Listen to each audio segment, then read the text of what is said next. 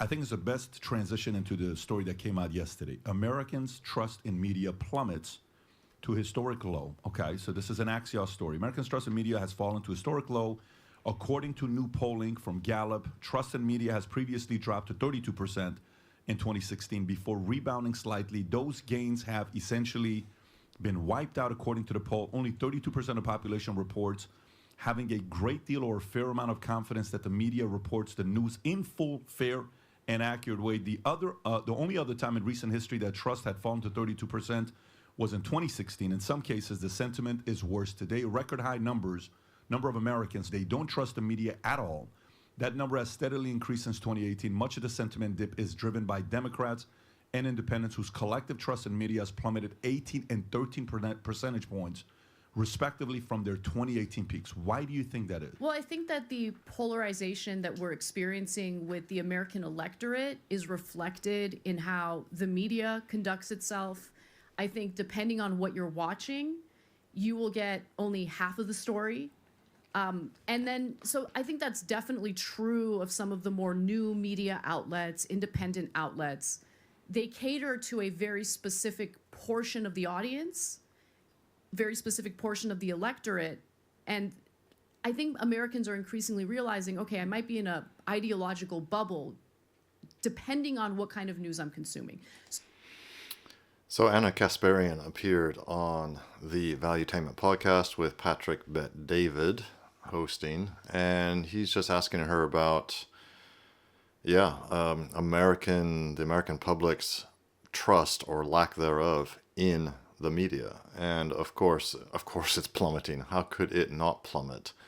Even if you agreed with everything that the legacy media were publishing and producing and putting out into the world, I mean, even if you agree with the New York Times and MSNBC and all that, surely you can't be so self-unaware that you don't realize just how curated and biased the view is.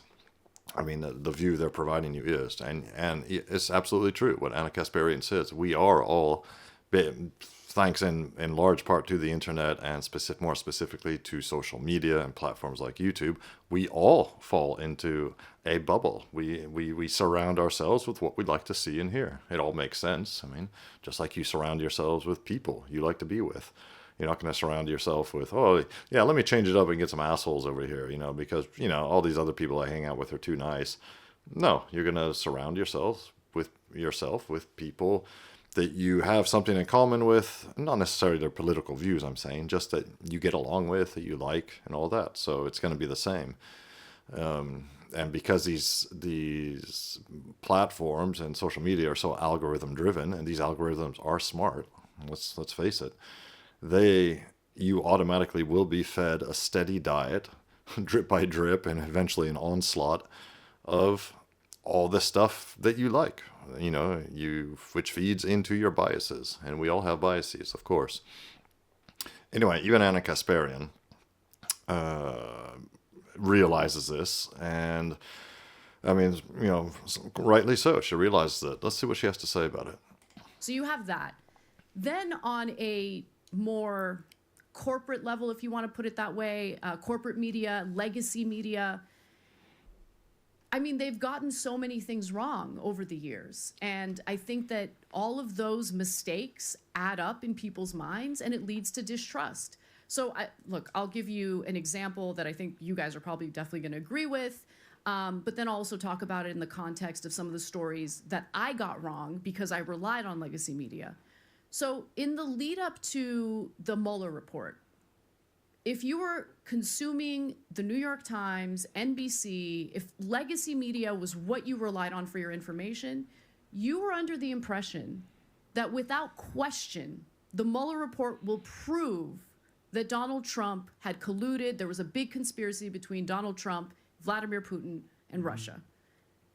The report did not bear that out, and it was I just felt like I was misled by a lot of that reporting. I felt like a sucker for buying that reporting. So that already was like a major hit when it came to my trust in corporate media or legacy media.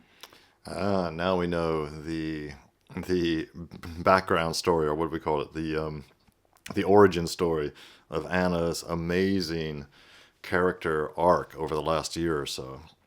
Yeah, the Mueller report. Yeah, we all remember.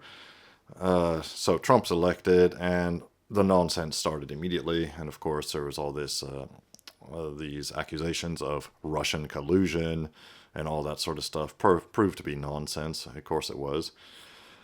Maybe the Russians, and then there's the Russian meddling, the so-called alleged Russian meddling in the United States election, which, frankly, of course, it depends how you define meddling. Yes, I believe they found in the end that Russia paid like $75,000 for Facebook ads or something like that. Yeah, so what?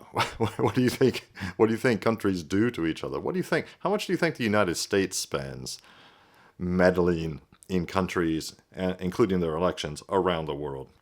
Vast sums, and they do it all the time. But of course, when you when you're the American empire, you don't like it if other people meddle in your business.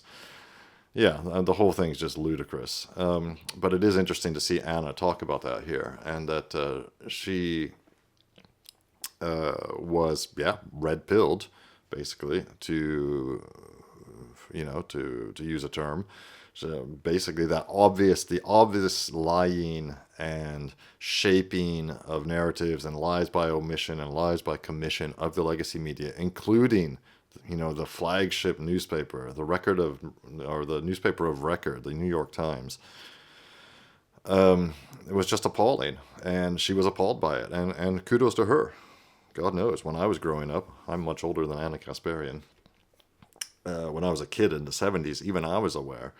I was aware that the New York Times and the Washington Post were authoritative sources, and that the news my parents watched, the CBS Evening News, was it, with Walter Cronkite, that he had that gravitas, and, everything coming out of his mouth was to be understood as, the truth, so to speak.